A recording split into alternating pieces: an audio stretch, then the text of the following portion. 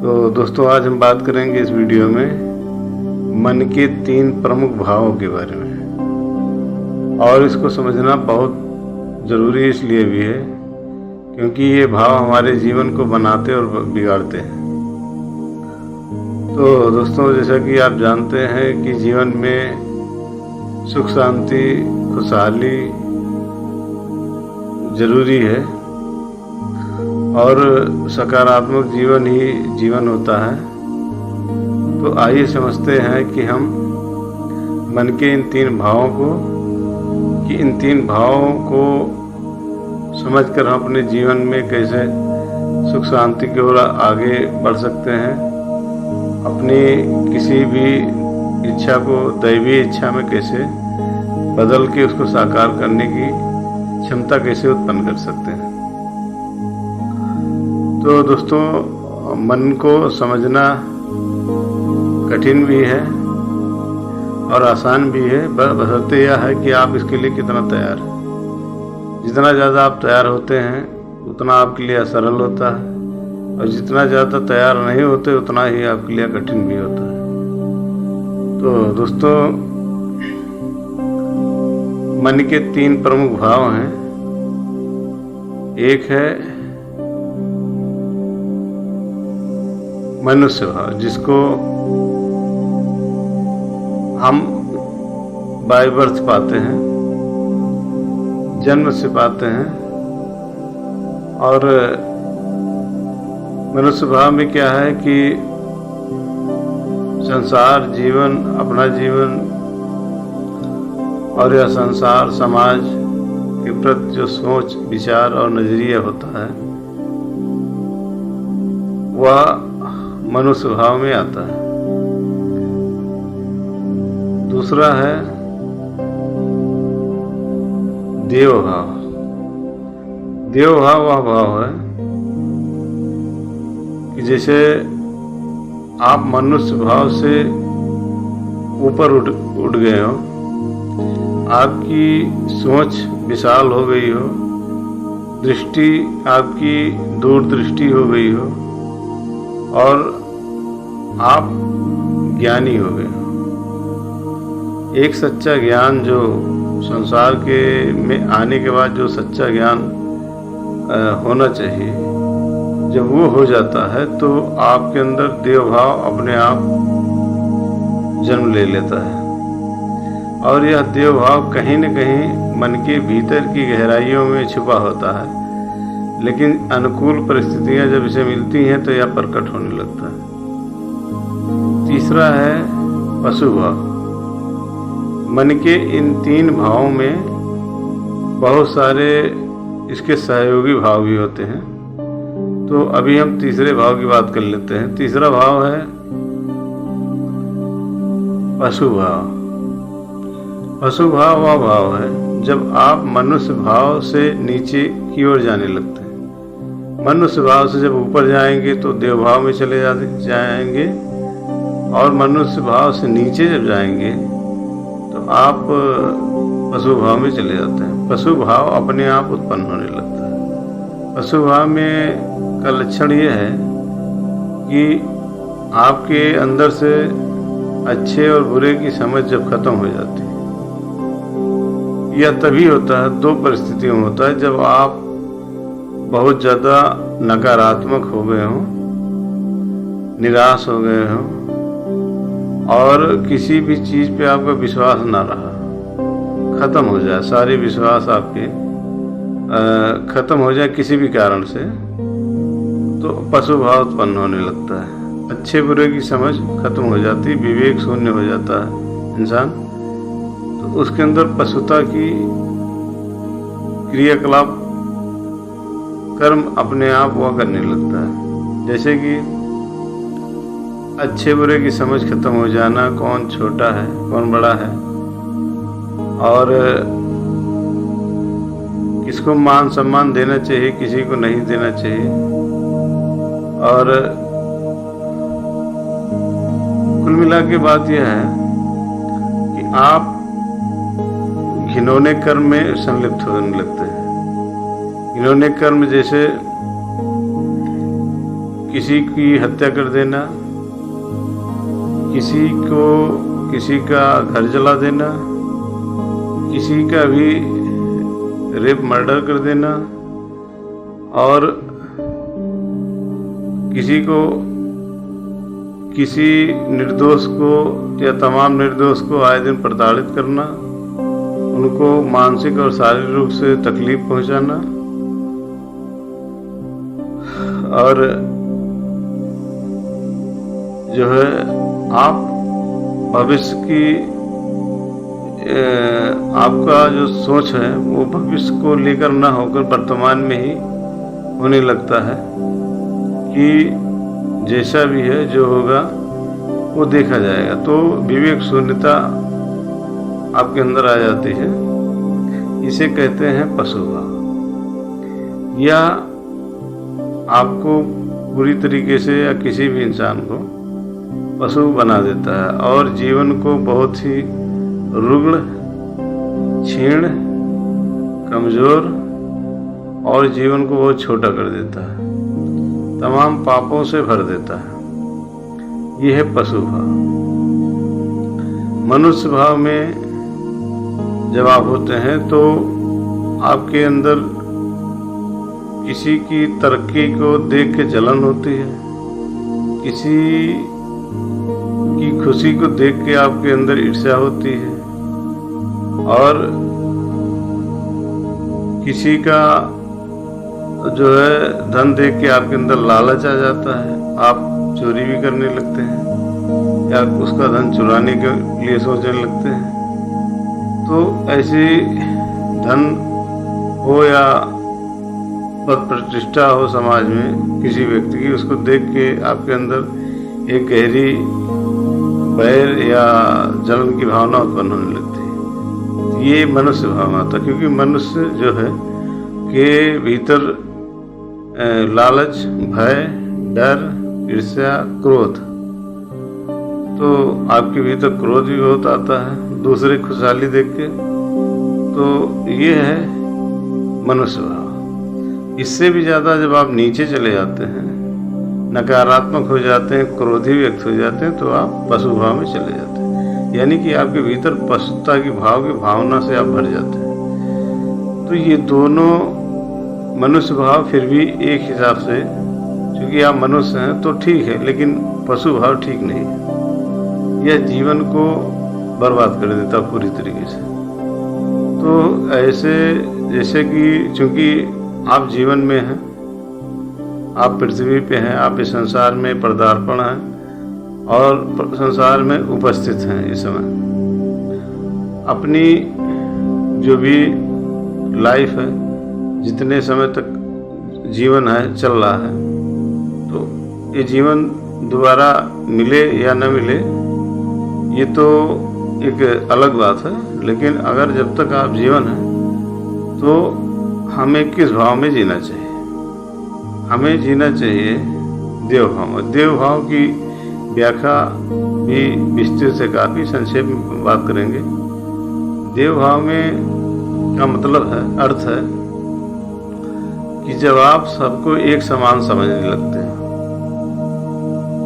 जब आपके भीतर किसी की तकलीफ को देख के एक आह निकले, एक दुआ निकले कि हे ईश्वर, वो जो अजनबी है, अपरिचित है, या रिश्तेदार है, या परिवार का है, समाज का है, पड़ोसी है, या किसी भी प्रांत का, देश का, किसी भी भाषा का, किसी भी जाति का हो, तो यह सब न देखते हुए आप केवल उसके लिए दुआ करें, मन में उठती हो कि वो बीमार व्यक्ति ठीक हो जाए, वो परेशान व्यक्ति ठीक हो जाए, परमात्मा आप उसे ठीक कर देना। तो जब ऐसे भाव आए तो समझिए कि आपके भीतर देव भाव का स्वयं उत्पन्न होने लगा। तो हमें देव भाव को अपने भीतर बनाए रखना चाहिए और देव भाव को हमेशा और ज़्यादा से ज़्यादा ऊंचा उठाना चाहिए। अपने मन के भावों को समझना चाहिए, क्योंकि ये 3 प्रमुख जो भाव हैं ये दिखाई नहीं देते हैं, लेकिन ये बहुत ही शक्तिशाली होते हैं और जीवन को बर्बाद करने से लेके सौभाग्यशाली बनाने में सक्षम होते हैं। तो हमें देव भाव चुनना चाहिए। देव भाव का अर्थ है कि अगर कोई भूखा आ गया तो आपने अपने हिस्से की रोटी उसे दे दी। आपने कम खाया लेकिन उसको भी उसके पेट को भरने के लिए आपने व्यवस्था कर दी, उसकी आपने मदद कर दी, अपने पास से मदद कर दिया। तो जैसे भी हालत में हो आपने कुछ न कुछ उसको मदद किया जितना हो सका, उसे मना नहीं किया। उसने जो आशा आपके साथ लेके आया आपके सामने, उस आशा को जीवित रखा। तो ये है देव भाव। देव भाव अगर आप जीवन भर देव भाव को अपने जीवन में उतारते हैं तो ये समझिए कि सौभाग्य के रास्ते आपके लिए भी खुलते हैं, क्योंकि जैसा मन में होता है वैसा ही जीवन में होता है। जो आपके मन में होगा वही आपके जीवन में होगा। तो देव भाव को ऊपर उठाइए और इस पर पूरी तरह विश्वास रखिए कि यह संसार जो है हमारे विचारों की प्रतिध्वनि है।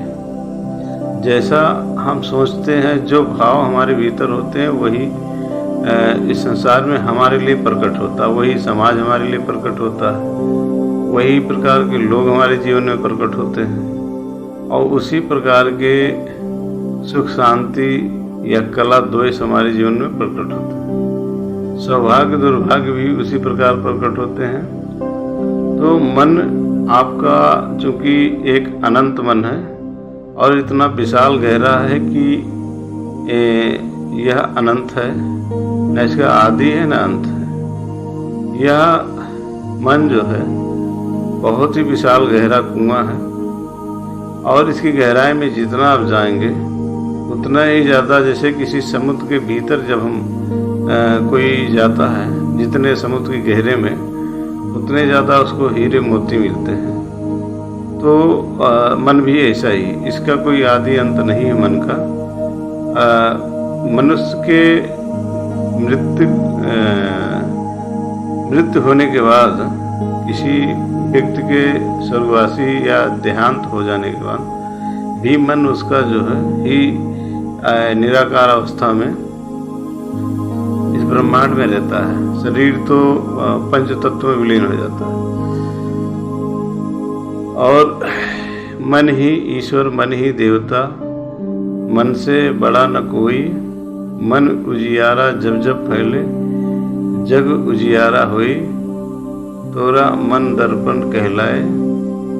तो यह चूंकि जिसने भी इस गीत या पंक्ति को लिखा है वो बहुत ही काफ़ी स्पिरिचुअल व्यक्ति रहे होंगे, उन्हें काफ़ी अच्छा गहरा ज्ञान रहा होगा और कितनी सच्ची बात उन्होंने कम लाइनों में लिख के बताया था। तो चूंकि यह बहुत ही सत्य बात है और मन को जानने के लिए, जीवन को जानने के लिए, इस संसार को जानने के लिए, संसार को जिसने बनाया है उसको जानने के लिए बस एक ही तरीका है। आपको कोई वीडियो में या कोई किताब से या कोई व्यक्ति से, जैसे कि मैं बोल रहा हूँ, आप सुनेंगे और कुछ समय के बाद भूल जाएंगे कि मैंने क्या कहा था। दोबारा वीडियो अगर मान लीजिए आप देखते हैं कभी, फिर सुनेंगे, कुछ समय याद रहेगा, फिर भूल जाएंगे, क्योंकि यह मन जो है अत्यंत चलायमान है, तो यह कभी स्थिर नहीं रहता है। इसलिए आप जो चीज़ों पे ज़्यादा ध्यान नहीं केंद्रित करते, वो चीज़ें दिमाग से ऊपरी सतह से निकल जाती हैं। तो इसके लिए इन चीज़ों को, अपने जीवन को समझने के लिए और जीवन को सही रास्ते पर लाने के लिए एक ही उपाय है, ध्यान, मेडिटेशन। ध्यान कैसे किया जाता है, यूट्यूब पे हज़ारों वीडियो हैं आप वहाँ से गूगल से देख सकते हैं। और जैसे मैंने अपने कई वीडियो में बताया, मेरे वीडियो आप देख सकते हैं। और अगर आप कमेंट करते हैं तो मैं एक अच्छा सा वीडियो से बहुत जल्दी बना दूंगा। तो दोस्तों, जब जीवन जीना ही है, जीवन मिला ही है, परमात्मा ने, ईश्वर ने जीवन हमें दिया है, तो इस जीवन को समझ के साथ जीने में ज़्यादा सही है। अपने आप को, अपने मन को, अपने शरीर को, अपने संसार को, इस संसार जगत को समझना बहुत ज़रूरी है। क्योंकि जहाँ पे आप जी रहे हैं, जिस पृथ्वी पे, जिस संसार में, अगर उसी को आप नहीं समझ पा रहे हैं तो फिर आपने क्या समझा। अगर आप अपने मन को ही नहीं समझ पा रहे हैं और आप अपने शरीर के कार्यकलापों को नहीं समझ पा रहे हैं तो आपने क्या समझा। बस रोजी रोटी और 4 पैसे की कमाई, वो तो जीवन भर आपको करना है। लेकिन जो मूल आधार है, जिसकी वजह से आप पैसा कमाना चाहते हैं, तरक्की चाहते हैं, सौभाग्य चाहते हैं, तो मूल आधार को समझे बिना ये अस्थायी रूप से मिलना या लंबे समय तक मिलना या हमेशा मिलते रहना असंभव है। तो खुद को समझें, अपने मन को समझें और जीवन को देव भाव से जिए। देव भाव से जिए। जैसे कि मैंने कहा कि देव भाव का अर्थ है सबको एक समान रूप से समझना। अगर किसी ने आपका बुरा किया है जीवन में, किसी की वजह से आपका नुकसान हुआ है, अगर आप उसको सच्चे मन से क्षमा कर सकें तो आप समझिए कि आपके भीतर देव भाव उत्पन्न होगा। क्योंकि गलतियां आपसे भी होती हैं। अगर आपने किसी को क्षमा किया तो उसका परिणाम यह निकलेगा कि आप जब गलती करेंगे तो आपको भी कोई न कोई क्षमा कर देगा, तो आपको भी क्षमा प्राप्ति होगी। तो यह है देव भाव। दूसरे की तरक्की, दूसरे की खुशहाली देख के अगर आप खुश होते हैं, उसके लिए दुआ करते हैं, तो वही चीज़ आपके जीवन में भी प्रकट इसलिए होने लगती है क्योंकि आपका जो मन है वह एक डिवाइस की तरीके से इस ब्रह्मांड में काम करता है। तो जो चीज़ें डिवाइस से निकलेंगी वही वापस लौट के आएंगी। तो जलन अगर रखेंगे, बैर भाव रखेंगे, तो आपके जीवन में उसी टाइप से जलन और बैर भाव करने वाले लोगों की प्रवृत्ति होगी। लेकिन अगर आप सबको एक समान समझेंगे, सबको ईश्वर की एक संतान अपने जैसा समझेंगे, तो आप देवभाव में जिएंगे। और देवभाव का अर्थ है कि कोई चीज़ वहाँ पे असंभव नहीं रह जाता है, फिर आपके लिए सब कुछ संभव हो जाता है। आपके जीवन में सब कुछ अप्रत्याशित रूप से, चमत्कारिक रूप से सब कुछ होने लगता है।